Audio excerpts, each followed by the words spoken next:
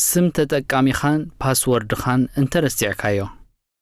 ነቲ ኣብ መእተዊ ገጽ ዘሎ ናትካ ስም ተጠቃሚ ኮምፓስ ረሲዕካዮ እንተኾንካ ኣብ ታሕተዋይ ክፋል እቲ ገጽ ካንት ኣክሰስ ዮር ኣካውንት ዝብል ረአ ኣብኡ ጠወቕ ኣብዚ ገጽ እዚ I don't know my username ዝብል ርኸብ ኣብ ልዕሊኡ ጠወቕ ኣድራሻ ኢሜይልካ ወይ ቁጽሪ ሞባይልካ ኣብ ኮምፓስ እንተተመዝጊቡ ክትጥቀመሉ ትኽእል ኢኻ ኣብ ኮምፓስ ዝተመዝገበ ኣድራሻ ኢሜይል ወይ ቁጽሪ ሞባይል ቴሌፎን እንተዘይብልካ ነዚ ኣብ ኮምፓስ ክትገብሮ ኣይትኽእልን ኢኻ ነዚ ሓበሬታ እዚ ንምእታው ምስቲ ቤት ትምህርቲ ክትራኸብ ኣለካ ንኢሜይል ኣድራሻ ኢሜይልካ ኣብቲ ኣብ ታሕቲ ዘሎ ቦታ ጽሓፍ እዚ ኸኣ ሓደ ኣብነት የርኢ ከምኡ ምስ ገበርካ ኣብ ጥቓቲ I am not a robot ዝብል ትርቢዒት ጠወቕ ከምዚ ዝኣመሰለ ገጽ እንተርኢኻ ነቲ መምርሒታት ትሰዓቦ ኣብዚ ንኹሉ እቲ ምስልታት ማካይን ምረጽ ይብል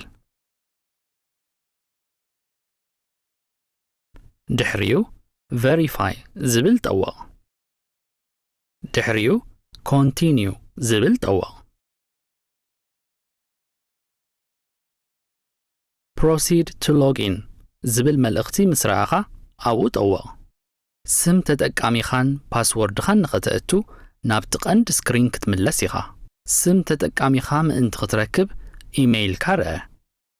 ሞባይል ቴሌፎንካ ክትጥቀም እንተደሊኻ ኣብ ትሕቲ እቲ መጽሓፊ ኢሜይል I want to use my phone number ዝብል ቃላት ክትርኢ ኢኻ ነዚ ጠውቆ ኣብኡ ቁጽሪ ሞባይል ቴሌፎንካ ጽሓፍ እቲ ቀዳማይ ዜሮ ቁጽርኻ ኣብዚ ከም ዘይወጽእ ኣይትረስዕ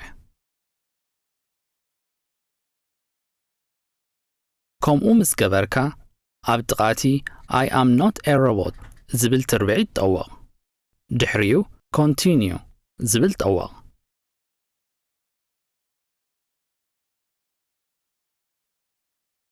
proceed to login